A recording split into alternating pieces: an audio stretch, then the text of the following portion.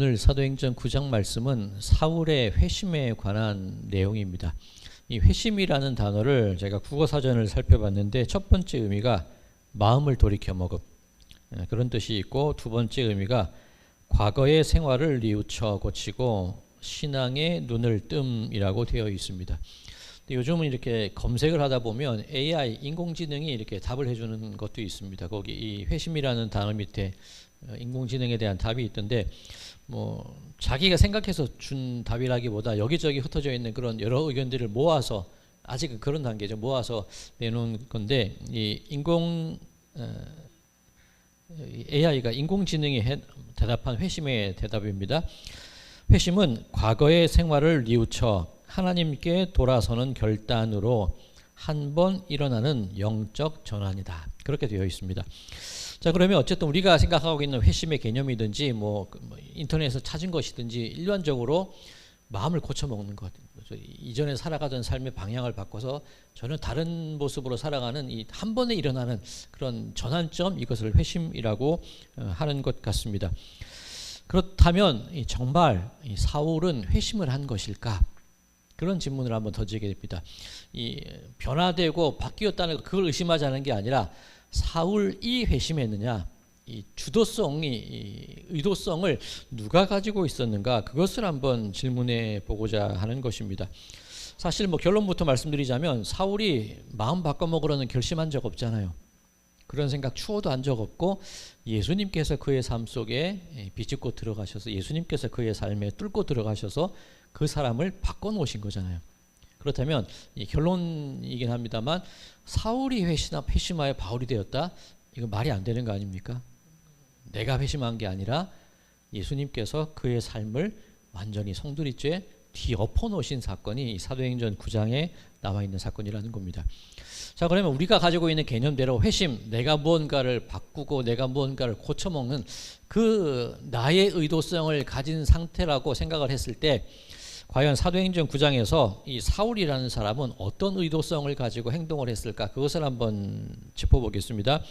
먼저 1절 이 앞부분인데, 사울이 주의 제자들에 대하여 여전히 위협과 살기가 등등하여, 그렇게 되어 있습니다. 이 사울이 가진 의도성이 위협과 살기가 등등하다. 이 살기 등등, 이 헬라어 원문을 보면 이 엠프뉴라는 단어를 쓰는데, 이 푸뉴만 하면은 숨, 영혼, 뭐 그런 의미입니다. 이 비슷하죠. 엠프뉴, 이게 숨 쉰다는 의미예요. 그러면 살기가 등등하다, 이 위협과 살기가 등등하다는 말은 사울이 숨을 쉬는데, 사울이 내쉬고 들이쉬는 그 숨결 속에 누군가를 위협하려는 그 의도와 살의가 그 숨에 깃들어 있다는 겁니다. 숨만 내쉬고 그냥 가만히 있어도 내가 내쉬는 그 숨이 이 함께 있는 좌중의 분위기를 압도한다는 거예요. 눌러버린다는 겁니다. 굉장히 위협적인 모습으로 그 회중을, 좌중을 있는 그 공간 자체를 무겁게 짓누르는 상태가 이 살기등등하다, 엠푸뉴라는 이 헬라어의 원 뜻입니다. 자, 사울의 의도성이 그거예요. 이 공기를 무겁게 만드는 겁니다. 자, 두 번째 의도성이 무엇이냐면 1절 뒷부분과 2절 이 중간까지인데, 대제사장에게 가서 다메섹 여러 회당에 가져갈 공문을 정하니, 이 공문 써달라는 거죠. 이 바리새인이니까 체포 권한은 없습니다. 이 대제사장에게 있는 그 어떤 종교 재판권을 위임해 달라는 그런 얘기가 되겠죠. 이 공문 내용이 예수 믿는 사람들, 그 도를 따르는 사람들, 남자건 여자건 상관없이 잡아다가 예루살렘으로 끌고 가겠다는 내용이 기록되어 있는 것입니다. 자, 그러면 여기서 잠깐 살펴볼 내용이 있는데, 왜 하필이면 다메섹으로 갔을까? 하고 많은 도시들과 하고 많은 지역들 가운데 왜 하필이면 다메섹이었을까? 이 요세푸스의 유대 전쟁사라는 그 책을 보면, 이 글을 보면 다메섹에 그 당시 유대인 공동체, 굉장히 큰 유대인 공동체가 있었다는 겁니다. 그런데 왜 다메섹이었을까라는 질문, 좀 어리석은 질문인데, 거기에 유대인들이 많으니까 간 겁니다. 유대인들이 많았다는 얘기는 또 바꿔 생각하면 그곳에 교회 공동체가 많이 있었다는 의미가 되는 겁니다. 자, 그런데 우리 이 부분에 관해서는 우리 지난 사도행전 8장에서 한번 다루었었는데, 예루살렘 교회에 박해가 가해졌을 때 사도들을 제외하고 모두 성도들이 교회를 떠나게 되죠. 흩어지게 되죠. 근데 흩어짐의 이유가 뭐라고 말씀을 드렸었죠? 무서워서 나 살자고 도망간 건 아니라고 말씀을 드렸죠. 이 사도행전 8장 4절에 보면 그 흩어진 사람들이 두루다니며 복음의 말씀을 전할세. 피한 건 맞기는 맞습니다만 나 살자고 피한 게 아니라 복음 전하자고 피한 게 되는 겁니다. 그러면 다메섹, 왜 하필이면 다메섹이었을까? 나 살자고 도망친 거였다면 유대인 공동체가 없는 곳으로 가야 되죠. 나 모르는 사람들 틈 사이에 숨어 사는 게 가장 안전한데 유대인이 많은 곳에 굳이 찾아가서 그 유대인 공동체 가운데에서 복음을 전하는 사람들이 많았다는 겁니다. 그러면 이 사람들, 오늘 본문의 표현에 의하면 사울이 다메섹으로 가서 그 그리스도인들을 잡아오려고 계획을 세웠는데, 여기에서 그리스도인이라는, 우리가 쓰는 그리스도인이라는 단어가 오늘 본문에서는 뭐라고 표현이 되어 있냐면, 그 2절 중반절에 그 도를 따르는 사람을 만나면, 그렇게 되어 있습니다. 이 도, 이 호도스라는 헬라어 단어를 쓰는데 길, 여정, 그런 뜻입니다. 예수님께서 말씀하셨죠. 내가 곧 길이요 진리요 생명이니, 딱 그 단어예요. 이 호도스라는 단어가. 그 베드로가 예수님을 부인할 때 그 주변에 있던 그 여종들이 너도 그 도당이다 그러잖아요.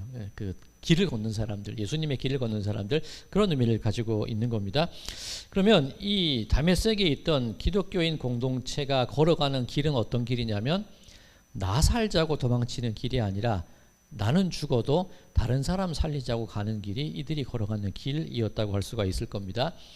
자, 그러면 우선 비교해 볼 수 있는 게 사울이라는 사람이 가진 종교적인 열정이 있습니다. 그리고 다메섹으로 피신했던 그리스도인들, 예수님을 믿는 그 도를 따르는 사람들이 가진 종교적인 열정이 있습니다.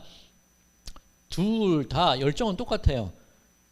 무언가는 열심히 했는데 드러나는 표현과 드러나는 양상이 다르죠. 사울의 경우에는 그 숨부터 무거워요. 그 살기와 미업이 그 숨에서부터 뿜어져 나온다는 겁니다.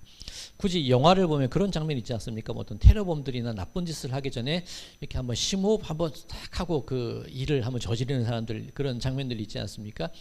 그런 거예요. 이 사울이 열심이라는 게 그 숨을 통하여서 좌중들을 압박하는 것. 그런데 이 그 도를 따르는 사람들의 경우는 그들이 쉬는 숨은 어떤 숨이라는 겁니까? 나 죽어도 좋으니 살리는 숨을 쉬고 있는 게 큰 차이점이라는 겁니다. 자, 그렇다면 이 오늘 질문으로 돌아가서 무언가 능동적인 마음을 가지고 살아가는 게 회심이라고 우리는 그동안 생각해 왔는데, 사울의 경우는 그 능동성이 살기, 위협, 사람들을 무겁게 만드는 것, 그리고 공문을 받아서 누군가를 괴롭히는 그 열심으로 나타났는가 하면, 그 도를 따르는 사람들의 경우에는 그 의도성과 그 열심이 살리는 방향으로 나타나고 있다는 거죠. 그럼 우선은 우리 한번 내 스스로를 한번 생각해 봐야 될 게, 내가 쉬는 숨은 과연 사람들을 무겁게 만드는 걸까? 아니면 사람들에게 기쁨과 즐거움과 살림을 주는 숨을 내가 내쉬고 있을까? 어떤 공간에 내가 딱 들어가게 됐을 때 그 공간 사람들의 반응이 어떨까? 하여튼 즐겁고 행복한데 내가 딱 나타나는 순간 싸해지는 그런 반응이 있을 수 있고, 뭔가 침체되어 있는 반응 속에서 내가 나타났을 때 거기 기쁨을 주는 반응이 있을 수 있겠죠. 물론 어떤 사람들과의 관계 속에서도 있을 수 있겠지만, 거기에 한번 생명을 대입해 보자고요. 내가 들어가는데 분위기가 싹 가라앉고 죽음의 분위기가, 회피하는 분위기가 돌게 되는지, 아니면 정말 행복과 생명의 분위기가 돌게 되는지, 그런 것을 한번 점검해 볼 필요도 있을 것 같습니다. 자, 내가 회심했어, 나는 마음을 고쳐먹었어, 그렇게 말하는 사람들의 숨의 특징들이 다 공기를 무겁게 짓누르는 사람들이라는 거예요. 근데 반면에 내가 뭐 그렇지, 뭐 부족하고 그냥 그렇게 있어, 그 사람들이 숨는 쉼이 오히려 사람들에게 격려하고 위로하는 숨이 되는 경우가 얼마나 많지 않을까, 그런 생각을 한번 해보게 됩니다. 다시 오늘 본문으로 돌아와서 이 사울, 이 능동형 동사 또 나옵니다. 3절. 사울이 길을 가다가 다메섹에 가까이 이르더니 호련히 하늘로부터 빛이 그를 둘러 비추는지라. 사울이 길을 갔다 그럽니다. 근데 앞서 그 도당, 그죠? 그 도, 이 호도스라는 단어가 사용되는데 달라요. 이 포레우마이라는 이 누가가 일부러 다른 단어를 쓰는 겁니다. 길이, 우리 말로는 길이라는 게 똑같은 의미인데 구분해서 쓰고 있어요 지금. 그럼 사울이 걸어가는 길은 어떤 여정이긴 여정인데, 살리는 여정은 아니었다는 겁니다. 자, 이 다메섹에 가까이 이르더니 호련히 하늘로부터 빛이 그를 둘러 비추는지라. 여기가 사울이 변화되는 결정적인 순간 아닙니까? 그런데 그 단어가 뭐냐면 호련히, 갑자기라는 거예요. 전혀 사울의 의도성이나 사울의 방향성, 사울의 어떤 목적이 전혀 들어가 있지 않은 상황, 호련히, 갑자기 누군가의 변화의 과정이라는 게 그렇게 찾아오게 된다는 겁니다. 자, 이 회심이라는 단어, 이 말씀 가지고 오늘 계속 말씀을 드리는데, 사울이 회심 의도 전혀 없었잖아요. 말씀드렸지만 변화될 생각도 없었고 변화될 의도도 없었고 진짜 정말 눈꼽만치도 내가 다르게 살아야지라는 생각을 전혀 하지 않았습니다. 그런데 갑자기 그 일이 일어나게 된 것. 자, 빛이 임하였다 그럽니다. 이후에 이 바울의 증거에 의하면 이 정오의 일이 있었다고 증거하죠. 정오, 태양빛이 가장 뜨거울 때인데 그 정오의 태양빛을 압도할 정도로 밝은 빛이 이 사울에게 비쳤다는 것입니다. 자, 그럴 때 이 사울이 행했던 또 자신의 어떤 의도된 행동이 있습니다. 4절, 땅에 엎드려져 들으매. 엎드렸다는 겁니다. 자, 성경에 이 많은 신앙의 인물들이 어떤 빛이 비추어졌을 때 엎드리는 행동을 많이 합니다. 이 엎드린다는 행동이 내 의도가 포함되어 있기는 하지만 어떤 엎드림이냐면 하나님 앞에 하나님의 어떤 존재를 알고 깨닫고 인정하는 모습이 이 엎드려짐의 모습입니다. 이 아브라함이 되기 전에 아브라함이 창세기 16장 말씀인데 너에게 자식을 줄 텐데 많아질까 말씀을 하시잖아요. 근데 못 믿잖아요. 나이가 많은데 내 부인도 생리가 끊어졌는데 어떡하지? 나름대로 계획을 세운 게 부인의 여종의 몸을 빌려서 아들을 낳는 겁니다. 그게 이 창세기 16장인데 그때 굳이 나이를 밝혀요. 창세기 16장 16절, 제일 마지막 절입니다. 하갈이 아브라함에게 이스마엘을 낳았을 때에 아브라함이 86세였더라. 그리고 바로 이어지는 이 17장 1절이 어떻게 시작이 되냐면 아브라함이 99세 때. 한 절, 이 단어 하나 차이인데 86세에서 99세로 확 바뀌어버려요. 13년이 그냥 지나가 버린 겁니다. 그러면 그 이전의 삶은 내 의도성을 가지고 산 삶이죠. 하나님의 약속이 있는데 그 약속을 내 수고와 노력으로 이루어낸 삶이 86세에 있었던 사건입니다. 그런데 99세 때 하나님이 13년이나 지나서 그냥 방치되어 있는 아브라함에게 나타나셔서 말씀을 시작하실 때 그때 이 아브라함의 반응이 뭐냐면 17장 3절 아브라함이 엎드렸더니. 엎드림이라는 게 그런 거예요. 내 의도성과 내 목적성이 내가 내 인생의 주인이라고 살아가는 그 삶이 끝이 나는 순간 비로소 하나님 앞에 모든 것을 인정하고 모든 것을 하나님께 맡기는 그 순간이 엎드려짐으로 표현이 되는 겁니다. 이게 또 재미있는 게 이 모세가 십계명 돌판을 받을 때 두 번째 돌판을 받을 때 또 이 엎드려지거든요. 내 의도성이 배제되는 그런 상태라고 할 수가 있는 겁니다. 자, 그러면 잠깐 지금까지 이 얘기를 정리해 보면 내 의도성을 가지고 회심이 내 의도성이라는 것으로 해석이 된다면 첫 번째 사울이 지금까지 해왔던 자기의 의도성은 공기를 무겁게 만드는 것, 공문을 받아오는 것, 사람들을 살기와 위협으로 굳게 만드는 것. 그 다음에 나타난 의도성이 뭐냐면 호련히 갑자기 어떤 계기가 있고 엎드려지는 것. 이게 자기가 스스로 한 행동입니다. 자, 그 다음에 또 어떤 행동이 또 나오는데 8절 그 사이에 얘기가 있었죠. 뭐 네가 핍박하는 예수다. 네가 다메섹에 들어가면 누구를 만날 건데 그 사람이 너를 어떻게 해줄 거야. 뭐 이런 얘기들이 쭉 있습니다. 그 다음에 이 사울이 행동이 다음 나오는 구절이 8절인데 사울이 땅에서 일어나 눈은 떴으나 아무것도 보지 못하고 사람의 손에 끌려 다메섹으로 들어가서. 자, 사울이 행동하는 동사 또 어디 있습니까? 8절 앞에 사울이 땅에서 일어나. 우리 성경에는 일어나라고 되어 있는데 이 헬라어 원문으로는 에게이로나라는 단어를 씁니다. 그런데 수동태예요. 못 일어났다는 겁니다. 지금 사울이 땅에서 일어나 이렇게 되어 있는데 이 헬라어 원문을 보면 일으킴을 받았다 사울이 땅으로부터 그 의미입니다. 지금 이 일어나 에게이로라는 단어가 이 부활에도 쓰이는 단어입니다. 이렇게 일으키는 단어인데 이거 좀 이 문장 재밌지 않습니까? 사울이 땅에서 일으킴을 받았다는 거예요. 자, 이 땅이라는 단어가 흙, 먼지라는 단어와 같이 쓰이는 단어입니다. 이거 어디서 본 단어 아닙니까? 먼지에서 무언가를 일으키는 거, 하나님의 창조지요.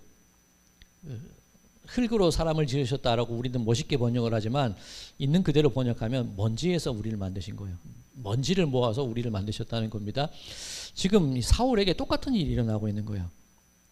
사울이 자기가 일어난 게 아니라 먼지와도 같은 그 하나님 앞에 엎드려져서 내 의도와 내 어떤 주관성으로 살아왔던 삶이 철저하게 무너졌을 때에 지금 사울의 존재는 먼지라는 거예요. 흩어져 있다는 거예요. 바람에 훅 불면 날아가는 그런 존재밖에 안 된다는 거예요. 근데 그 순간 일으키시는 분의 손길에 의해서 다시금 사울이 만들어지는 과정이, 이 창조의 과정이 지금 사도행전 9장에서 나타나고 있는 겁니다. 자, 이후로 사울이 이제 바울이라고 표현할게요. 바울이 서신을 쓸 때마다 자기 자신을 소개하는 그 거의 문구가 있습니다. 그리스도의 종된 나 바울은, 이 둘로스라는 단어를 쓰죠. 철저히 노예라는 겁니다. 그러면 이 사건 사도행전 9장에서 우리가 이른바 회심이라고 말하는 그 사건 이후로부터 사울에게서 능동성은 사라져 버린다는 거예요. 예수 그리스도의 종된 나 바울은, 종이라는 단어 자체가 수동태로 살아가는 사람 아닙니까? 그러니 자기의 능동성을 싹 빼버리고 수동형으로 살아가는 인간이 지금 사도행전 9장의 분기점부터 그렇게 되어 있다는 겁니다. 자, 여기서 잠깐 주의해야 될 게, 우리는 수동형으로 살자, 그냥 시키는 대로만 해, 그런 의미가 아니죠. 사울의 이후로 사울의 삶이 능동태가 있어요. 그죠? 자기도 선교하러 가고 사람들을 만나고 복음을 전하고 일하고 그런 능동형이 있는데, 철저하게 사울이 행하는 그 능동형은 가장 근본적인 근원이 어디에 있냐면 먼지 같은 내가 하나님의 손길에 의해 일으킴 받은 그 순간부터 이 바울의 삶이 변화되기 시작하여서 능동은 능동인데 하나님의 의도에 사로잡힌 수동에 기반한 능동이라는, 이 말이 굉장히, 제가 말을 어렵게 하는 재능이 있습니다. 자, 이게 이 바울이 자기가 꿈꾸던 삶을 이루었나요? 전혀 안 이뤘죠. 사울이 꿈꾼 삶은 그리스도인을 잡는 삶이에요. 그게 하나님의 뜻이라고 생각하고 이 들숨과 날숨을 통하여서 분위기를 싸게 만드는 게 이 사울이 꿈꿔왔던 삶의 꿈이에요. 근데 우리는 보통 우리의 언어 습관 속에서 어떤 얘기가 있냐면, 우리도 바울처럼, 찬송가 가사도 있습니다. 우리도 바울처럼 그렇게 살아야지, 바울처럼 헌신하고 바울처럼 수고해야지, 그런 얘기를 합니다. 물론 그 의도는 압니다만 그거 좀 안 맞는 단어, 안 맞는 표현 아니지 않겠습니까? 바울이 철저하게 꿈꾸었던 삶은 지금 살아가는 이 모습이 아니었다는 거예요. 그럼 바울이 이 모습은 바울의 의도가 아니라 하나님의 의도와 하나님의 목적과 계획하신 대로 살아가는 삶이 이 바울의 모습 아니었습니까? 그러니까 우리들의 고백 속에서 나와야 되는 말은, 우리도 바울처럼 뭔가 열심히 하고 바울처럼 순교를 각오하고, 이게 위험한 거예요. 그 말을 할 때 내 의도성이 들어가게 될 때 내가 내쉬는 숨이 자칫 우리 공기를 무겁게 만드는 결정적인 계기가 될 수 있다는 거예요. 나도 바울처럼, 나도 그들처럼, 나도 열심으로. 상당히 위험한 얘기가 될 수 있다는 겁니다. 그렇다면 이 사도행전 9장을 통해서 우리가 깨달을 수 있는 것이 무엇이냐면, 나도 바울처럼이 아니라 하나님께서 어떻게 당신의 긍휼과 자비와 은혜와 사랑을 베푸셔서 그 사람 인생 가운데 들어가셔서 철저히 하나님의 의도대로 한 사람을 뒤집어 놓으셨는가, 그거를 우리는 사도행전 9장을 통해서 봐야죠. 그러면 우리가 고백하는 것은 나도 회심해야지, 나도 변해야지, 나도 바울처럼, 이 말이 아니라 철저하게 나도 하나님의 의도하심에 따라서 먼지와 가루처럼 흩어지는 삶을 나도 살아가겠구나. 내 꿈과 내 소망과 내 비전과 내 희망이 철저히 깨어지는 그 자리가 하나님이 일하시는 자리가 되겠구나. 그런 깨달음이 우리들에게 있어야 하지 않을까, 그 생각을 한번 해보게 됩니다. 자, 또 한 가지 생각해 볼 점이, 바울이 그런 변화된 모습을 살아갑니다. 그런데 그 변화된 바울을 바라보는 사람들의 어떤 태도, 사람들의 반응이 어땠냐면, 저렇게 악한 사람도 예수님이 사용하셔? 저 사람이 구원받았다고? 그런 반응 아닙니까? 다메섹으로 끌려갔을 때 아나니아라는 제자가, 이 아나니아 삽비라와 이름은 같습니다만 다른 사람입니다. 아나니아가 예수님이 아나니아를 만나시죠. 저희 가서 직가라는 거리에 가면 이 사울이라는 사람이 있을 텐데 네가 기도에 안수해 줘야 돼. 그러자 이 아나니아가 한 말이 뭐냐면, 제가 그 사람을 아는데 그 사람 교회 박해하는 사람 아닙니까? 딱 그 얘기를 해요. 그럼 일반 사람들의 반응은 그런 사람이 구원받아? 그런 사람을 하나님이 쓰신다고? 이게 자연스러운 반응입니다. 실제로 이 바울이 나중에 예루살렘에 가서 사도들을 만나려고 했을 때 사도들이 안 만나줘요. 그런 사람을 내가 왜 만나? 그 반응이겠죠. 그러면 우리 모습 속에서 저 사람도 교회 일을 한대, 그런 생각한 적이 있지 않습니까? 그 사람이 직분 받았대, 그 사람이 열심히 한대, 내가 마음에 들지 않은 사람이 무언가 잘 되는 얘기를 들으면 우리에게서 나오는 반응이 뭐냐면 탐탁치 않은 생각이 들어요. 그런 사람까지 그럼 억울함이 또 묻어 있거든요. 그럼 나는 뭔데? 나는 이만큼 열심히 하고, 나는 이렇게 수고하고, 이렇게 봉사도 하고, 이처럼 선한 삶을 살았는데 내가 그 사람보다 못하단 말이야? 그런 반응이 우리들에게 나오는 경우가 상당히 많습니다. 이거 솔직히 내가 칭찬 듣자고 한 건 아니잖아요. 그 의도성이 들어갔다면 그 사람의 어떤 선행이나 그 사람의 교회 생활은 철저하게 계산된 거라고밖에 할 수 없지 않습니까? 그러면 억울해할 필요도 없어야 되고, 누군가 잘 되는 걸 보더라도 그 사람이 구원받아, 그 사람이 잘 됐어, 그 말도 할 필요가 없어야 되죠. 그럼 철저하게 하나님의 의도성을 우리가 인정하는 삶을 살 때에 내 마음에 억울함도 안 생겨야 되고, 시기도 안 생겨야 되고, 불평도 안 생겨야 되는 게 지극히 당연한 현상이어야 되지 않겠습니까? 근데 우리의 반응은, 나는 이것도 하고 저것도 했는데 저 사람보다 더 나은데, 이거 바리새인의 기도잖아요. 나는 저 사람과 같지 않고. 이게 우리가 회심한다, 내 주도적으로 변화된다고 말하는 사람들에게 나타나는 위험성들이 지금 제가 계속 말씀드리는 그런 모습이 나타날 수 있다는 겁니다. 자, 그러면 사울이 변화되는 이 샘플을 왜 하나님께서 우리에게 보여주시느냐, 그것을 확인해 봐야겠죠. 자, 앞서 말씀드렸죠. 하나님의 선하심, 은혜, 자비와 긍휼이, 하나님의 의도하심이 어떻게 한 사람의 삶 속에 들어가서 그 먼지 같은, 그 부스러기 같은 그 인생을 에게이로 다시금 일으키시는가, 그 의도를 바라볼 수 있는 그 샘플이 바로 바울이라는 겁니다. 위대한 사람이야, 대단한 사람이야, 나도 그렇게 살아야지가 아니라, 그런 사람도 하나님이 쓰신다고, 저 실패한 인생도 살려주셨다고, 그 샘플이 바울이라는 거예요.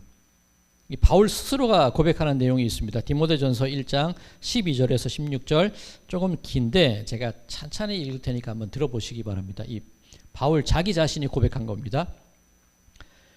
나를 능하게 하신 그리스도 예수 우리 주께 내가 감사함은, 나를 충성되이 여겨 내게 직분을 맡기심이니, 내가 전에는 비방자요 박해자요 폭행자였으나 도리어 긍휼을 입은 것은 내가 믿지 아니할 때에 알지 못하고 행하였음이라. 우리 주의 은혜가 그리스도 예수 안에 있는 믿음과 사랑과 함께 넘치도록 풍성하여도다. 미쁘다 모든 사람이 받을 만한 이 말이여, 그리스도 예수께서 죄인을 구원하시려고 세상에 임하셨다 하였도다. 죄인 중에 내가 괴순이라. 그러나 내가 긍휼을 입은 까닭은 예수 그리스도께서 내게 먼저 일체 오래 참으심을 보이사 후에 주를 믿어 영생 얻는 자들에게 본이 되게 하려 하심이라. 아멘. 바울이 말하는 건 나 샘플이야. 그런데 이 선교 잘하고 일 열심히 하고 순종하는 샘플이 아니라 말 안 듣고 죄 짓고 온갖 나쁜 짓들은 다 저지르고 살았는데 하나님은 지금 계속 반복된다는 점. 믿음, 사랑, 긍휼, 구원, 이것이 어떻게 하나님의 의도가 어떻게 작동이 돼서 나같이 이렇게 몹쓸 인간이 직분자로 변화되었는지 그 샘플로 하나님이 나를 변화시킨 거야. 바울이 그렇게 고백하고 있다는 겁니다.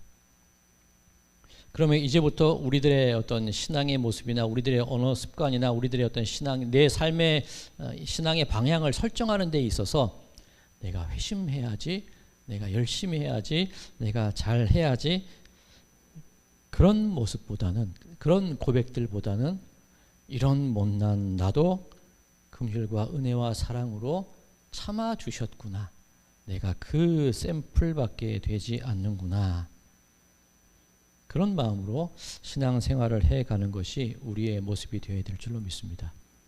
회심한 게 아니라 회심당한 거죠. 내 선한 의도를 보이고 세상을 살아가는 게 아니라 하나님의 선하신 의도하심을 증거하는 못난이 샘플로 나는 살아가야겠다. 그런 마음으로 신앙생활을 하는 것이 우리들의 모습이어야 할 줄로 믿습니다. 사랑하는 성도 여러분들, 믿음이라는 것 내가 가져서 내가 간직하여서 내가 잘하는 게 믿음이 아니라 하나님이 내 삶을 꿰뚫고 들어오셔서 나를 뒤엎어 놓으신 것, 그게 나의 믿음이라고 고백하시기 바랍니다. 만약 내가 참 모자르고 부족한 사람이야, 그 생각이 드신다면 은혜와 긍휼을 더 구하시기 바랍니다. 그런데 이 정도면 됐어, 이 정도면 의롭다라는 생각이 드신다면 그때 내 호흡이 얼마나 사람들을 괴롭히고 무겁게 짓누르는가, 그것을 돌이켜보는 우리 모두가 되시기를 바랍니다.